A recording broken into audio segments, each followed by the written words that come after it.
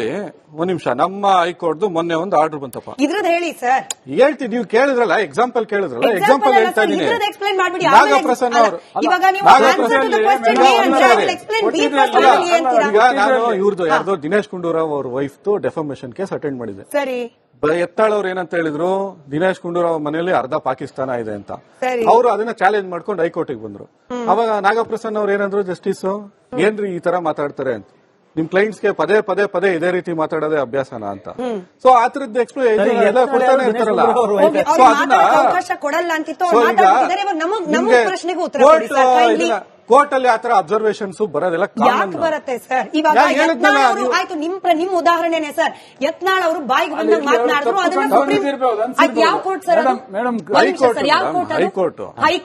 High court Yatnal ಅವರು ಬಾಯಿಗೆ ಬಂದದನ್ನ ಮಾತನಾಡಿದ್ದಕ್ಕೇನೆ ಆ ಪದವನ್ನ ಜಡ್ಜ್ ಹೇಳಿದ್ದಾರೆ. ಇಲ್ಲಿ ಸುಪ್ರೀಂ ಕೋರ್ಟ್ ನ ಜಡ್ಜ್ ಈ ಪದವನ್ನು ನೀವು ಸರಿಯಾಗಿ ಬಂದಿಲ್ಲ, ಅಪ್ಲಿಕೇಶನ್ ಸರಿಯಾಗಿ ಬಂದಿಲ್ಲ ಅನ್ಬೇಕಿತ್ತು. ಪಾಲಿಟಿಕ್ಸ್ ಎಕ್ಸ್ಪ್ರೆಷನ್ ಪಬ್ಲಿಸಿಟಿ ಎಕ್ಸ್ಪ್ರೆಷನ್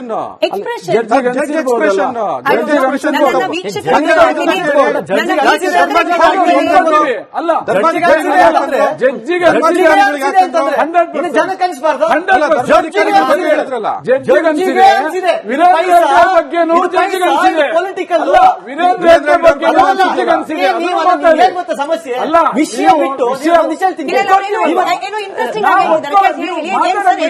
ಖಂಡಿತ ಜಡ್ಜಿಗನ್ಸಿ ಬರ್ದಿದ್ದಾರೆ, ಏನೋ ಅನ್ಸಿರ್ಬೋದು. ಇದೆಲ್ಲ ನೋಡಿದಾಗ ಜಡ್ಜಿಗನ್ಸಿದೆ,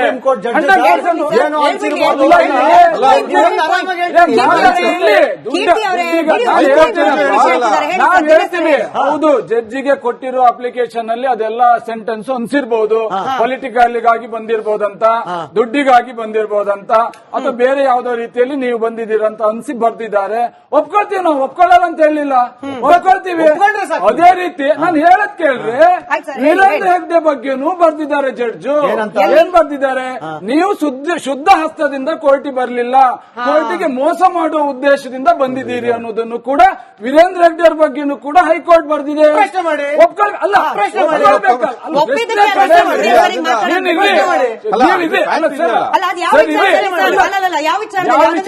ಜಾಗದ ವಿಚಾರದಲ್ಲಿ, ದೇವಸ್ಥಾನಕ್ಕೆ ಸಂಬಂಧಪಟ್ಟ ವಿಷಯದಲ್ಲಿ ದಿನೇಶ್ ಸರ್ ಒಂದ್ ನಿಮಿಷ. ಕರೆಕ್ಟು. ಈಗ ವೀರೇಂದ್ರ ಹೆಗಡೆ ಅವರ ಬಗ್ಗೆ ಕೋರ್ಟ್ನ ಅಬ್ಸರ್ವೇಷನ್ಗೆ ಸೂರ್ಯ ಮುಕುಂದ್ ಸರ್ ಮಾತನಾಡಿದ್ದಾರೆ, ಇವತ್ತು ಮಾತನಾಡಿದ್ದಾರೆ, ನೀವು ಮಾತಾಡಿ, ಯಾವುದೇ ಅಬ್ಜೆಕ್ಷನ್ ಇಲ್ಲ. ನಾವೇನ್ ವೀರೇಂದ್ರ ಹೆಗಡೆ ಅವ್ರ ಪರವಾಗಿ ಅಥವಾ ವಿರುದ್ಧವಾಗಿ ಮಾತನಾಡೋರಿಗೆ ಅವಕಾಶನೇ ಕೊಡಲ್ಲ ಅಂತ ಹೇಳಿ ಬೋರ್ಡ್ ಹಾಕೊಂಡಿಲ್ಲ. ನೀವು ಮಾತನಾಡ್ತೀರಾ, ಮಾತಾಡಿ, ಆದ್ರೆ ಪೂರ್ತಿ ಮಾತಾಡಿ. ಕೇಳಿಸ್ಕೊಳ್ಳಿ ಸರ್, 10 ಸೆಕೆಂಡ್ ತಾಳ್ಮೆ ಸರ್. ವೀರೇಂದ್ರ ಹೆಗಡೆ ಅವರು ಶುದ್ಧ ಹಸ್ತರು ಅಂತ ಹೇಳಿ ಸೌಜನ್ಯ ರೇಪ್ ಅಂಡ್ ಮರ್ಡರ್ ಕೇಸಲ್ಲಿ ಹೇಳಿರೋದ, ಅಥವಾ ಈ 100 ಶವಗಳನ್ನ ಹೂತಿಟ್ಟ ಪ್ರಕರಣದಲ್ಲಿ ಹೇಳಿರೋದ, ಯಾವ ಪ್ರಕರಣದಲ್ಲಿ ಹೇಳಿರೋದು? ದೇವಸ್ಥಾನಕ್ಕೆ ಸಂಬಂಧಪಟ್ಟಂತೆ ಹೇಳಿರುವಂತದ್ದು. ಅವರು ಯಾವ ಕೇಸಿಗಲ್ಲ, ನೀವು ನೋಡಿ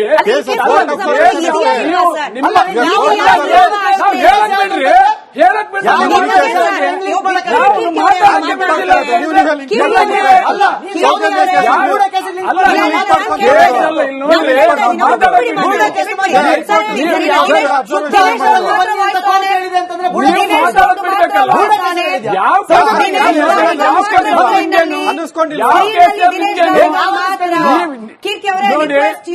ದಿನೇಶ್ ಸರ್ ನೋಡಿ ಸರ್, ನೀವು ಒಬ್ಬರೇ ಮಾತಾಡಬೇಕು, ಕ್ಲಿಯರ್ ಆಗಿ ಪ್ರಶ್ನೆ ಕೇಳಿಸ್ಕೊಂಡು.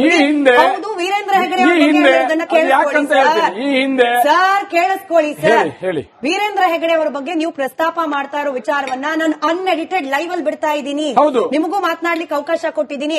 ಹಾಗೆ ನಿಮ್ಮಿಂದ ನಾನ್ ನಿರೀಕ್ಷೆ ಮಾಡ್ತಿರುವ ಉತ್ತರ, ಈ ಪ್ರಕರಣ 100 ಬುರುಡೆಗಳನ್ನ ಹೂತಿಟ್ಟ ಪ್ರಕರಣಕ್ಕೂ ಹಾಗೆ ಹೈಕೋರ್ಟ್ ವೀರೇಂದ್ರ ಹೆಗಡೆ ಅವರ ಶುದ್ಧ ಹಸ್ತದ ಬಗ್ಗೆ ಪ್ರಸ್ತಾಪ ಮಾಡಿದ ಅಬ್ಸರ್ವೇಷನ್ಗೂ ಸಂಬಂಧ ಇದೆಯಾ ಇಲ್ವಾ ಅದನ್ನು ಹೇಳಿ ಮುಂದುವರಿಸಿ. ಸಂಬಂಧ ಈ ಪ್ರಕರಣದಲ್ಲಿ ಹೇಳಿದ್ದಲ್ಲ, ನೀವು ಹೇಳಿದ್ರಲ್ಲ ಸುಪ್ರೀಂ ಕೋರ್ಟ್ ಹೀಗೆ ಯಾಕೆ ಹೇಳ್ತಂತ ಹೇಳಿದ್ರಲ್ಲ.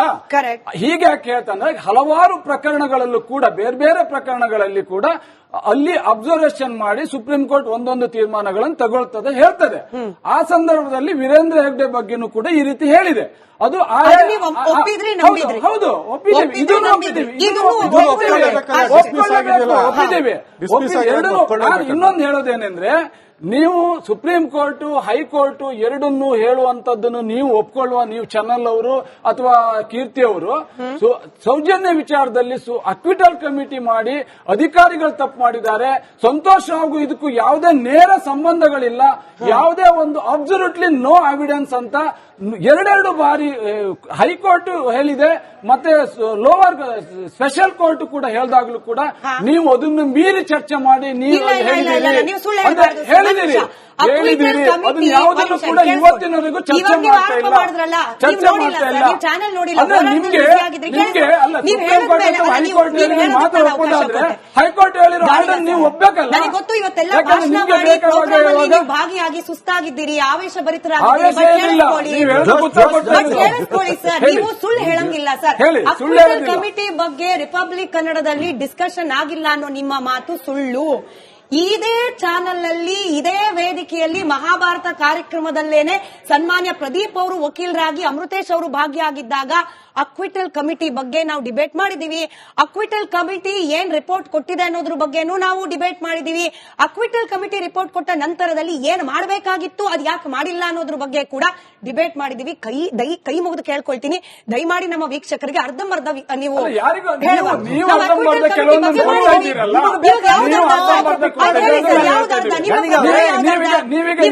ಕಮಿಟಿ ಅಂದ್ರೆ ನಾನು ಚರ್ಚೆ ಮಾಡಿದ್ದೀನಿ.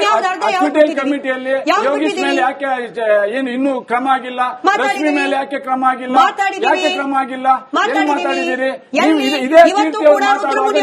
ಉತ್ತರವನ್ನೇ ಕೊಡ್ಲೇ ಇಲ್ಲ. ಇವತ್ತು ರುದ್ರಮುನಿ ಅವರು ಬಂದಿದ್ರು, ಅವ್ರಿಗೂ ಪ್ರಶ್ನೆ ಕೇಳಿದೀನಿ, ಶನಿವಾರ ಬರುತ್ತೆ ಕೇಳಿಸ್ಕೊಳ್ಳಿ. ಉತ್ತರ ಕೇಳಿಸ್ಕೋಬೇಕು ಸರ್. ರಶ್ಮಿ ಅವರ ಮೇಲೆ ಆದ ಡಿಪಾರ್ಟ್ಮೆಂಟಲ್ ಎನ್ಕ್ವೈರಿ, ಅದಕ್ಕೆ ಅವ್ರು ಗೈರಾಗಿದ್ರ ಬಗ್ಗೆ ಕೂಡ ನಾವು ಮಾತನಾಡಿದೀವಿ. ಡಾಕ್ಟರ್ ಅದಮ್ ಅವ್ರ ಮೇಲೆ ಆದ ಡಿಪಾರ್ಟ್ಮೆಂಟಲ್ ಎನ್ಕ್ವೈರಿ, ಅದಕ್ಕೆ ಅವ್ರು ಕೊಟ್ಟ ಉತ್ತರ ಅದನ್ನು ಮಾತಾಡಿದೀವಿ. ಯಾವ್ದು ಬಿಟ್ಟಿದೀವಿ ಸರ್? ಸುಮ್ನೆ ಗಾಳಿ ಗುಂಡು ಹೊಡೆದಂಗೆ ನೀವು ಅರ್ಧ ಯಾಕೆ ಸುಮ್ನೆ ಹೇಳ್ತೀರಿ ಸರ್? ರಿಪಬ್ಲಿಕ್ ಕನ್ನಡದಲ್ಲಿ ಇಂಥದ್ದೊಂದು ವಿಚಾರ ಚರ್ಚೆ ಆಗಿಲ್ಲ ಅಂತ ನೀವು ಹೇಳಿ ಸರ್. ನಿಮ್ಮ ಮುಂದೆನೆ ಅದನ್ನ ನಾವು ಮಾಡಿದ್ದೀವಿ ಅಂತ ನಾನು ಪ್ರೂವ್ ಮಾಡಿ ತೋರಿಸೋಷ್ಟು ಕಾನ್ಫಿಡೆನ್ಸ್ ನನಗಿದೆ. ಈಗ ವಾಪಸ್ ಬನ್ನಿ ಸುಪ್ರೀಂ ಕೋರ್ಟ್ ನ ಆರ್ಡರ್. ದಿನೇಶ್ ಸರ್, ನಿಮ್ಮ ಹೋರಾಟದ ಬಗ್ಗೆ ಅಪಾರವಾದ ಗೌರವ ನಮಗಿದೆ. ಸೌಜನ್ಯ ನ್ಯಾಯ ಸಿಗಲೇಬೇಕು ಸರ್. ಬಟ್ ಇಂಥದ್ದೊಂದು ಮಾರ್ಗ ಬೇಕಿತ್ತ ಅಂತ ಹೇಳಿ ಜನ ಮಾತನಾಡ್ಕೊಳ್ಳೋಂಗ್ ಆಗೋಗ್ಬಿಡ್ತು. ಪಾಪ ಹುಡುಗಿ ಸೌಜನ್ಯ ನ್ಯಾಯ ಕೊಡಿಸಿ ಅಂತ ಹೋಗೋದ್ ಬಿಟ್ಬಿಟ್ಟು ಕೈಯಲ್ಲಿ ಬೋರ್ಡೆ ಇಟ್ಕೊಂಡು ಜೋಕ್ ಮಾಡ್ಬಿಟ್ರಲ್ಲ, ಹಿಂಗ್ ಮಾತಾಡ್ತಾರೆ ಜನ. ಖಂಡಿತ ಮಾತಾಡ್ತಾರೆ ಜನ, ಎರಡರ ಬಗ್ಗೆನೂ ಮಾತಾಡ್ತಾರೆ. ಕೆಲವೊಂದ್ ಜನ ಬುರ್ಡೆ ಸುಳ್ಳು ಅನ್ನೋ ಒಂದು ವಿಚಾರದಲ್ಲೂ ಮಾತಾಡ್ತಾರೆ. ಕೆಲವೊಂದ್ ಜನ ಅಲ್ಲಿ ಆಗಿರೋ ಅನ್ಯಾಯದ ಬಗ್ಗೆನೂ ಮಾತಾಡ್ತಾರೆ. ಸುಳ್ಳು ಜನನ ಏನ್ ಚಿಹ್ನೆಯನ್ನ ದಿಕ್ಕು ತಪ್ಪಿಸಿದ್ದಾರೆ ಅಂತ ಮಾತಾಡ್ತಾರೆ. ಎರಡನ್ನೂ ಮಾತಾಡ್ತಾರೆ. ನಾ ಹೇಳೋದು ಎರಡನ್ನೂ ಮಾತಾಡೋದನ್ನು ನಾವು ಗಮನದಲ್ಲಿ ಇಟ್ಟಿದ್ದೇವೆ. ನಮ್ಮ ಬಗ್ಗೆನೂ ಹೋರಾಟಗಾರರ ಬಗ್ಗೆನೂ ಕೆಲವೊಂದು ತಪ್ಪು ಅಭಿಪ್ರಾಯ ಹೇಳಿದ್ದಾರೆ. ಎಲ್ಲರ ಬಗ್ಗೆನೂ ಮಾತಾಡ್ತಾರೆ. ಹಾಗಂತ ಯಾರ ಬಗ್ಗೆನೂ ನೋಡಿ, ಸತ್ಯ ಯಾವತ್ತು ಸತ್ಯ ಆಗಿರುತ್ತೆ, ಯಾವತ್ತು ಸತ್ಯ ಆಗಿರುತ್ತೆ, ಸುಳ್ಳಾಗಲ್ಲ.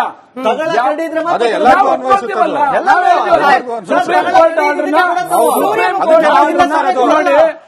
ಕೋರ್ಟ್ ಆರ್ಡರ್ನ ನಾವು ಒಪ್ಕೊಂಡಿದ್ದೇವೆ. ಎಷ್ಟು ತಗೊಂಡಿದ್ದೀವಿ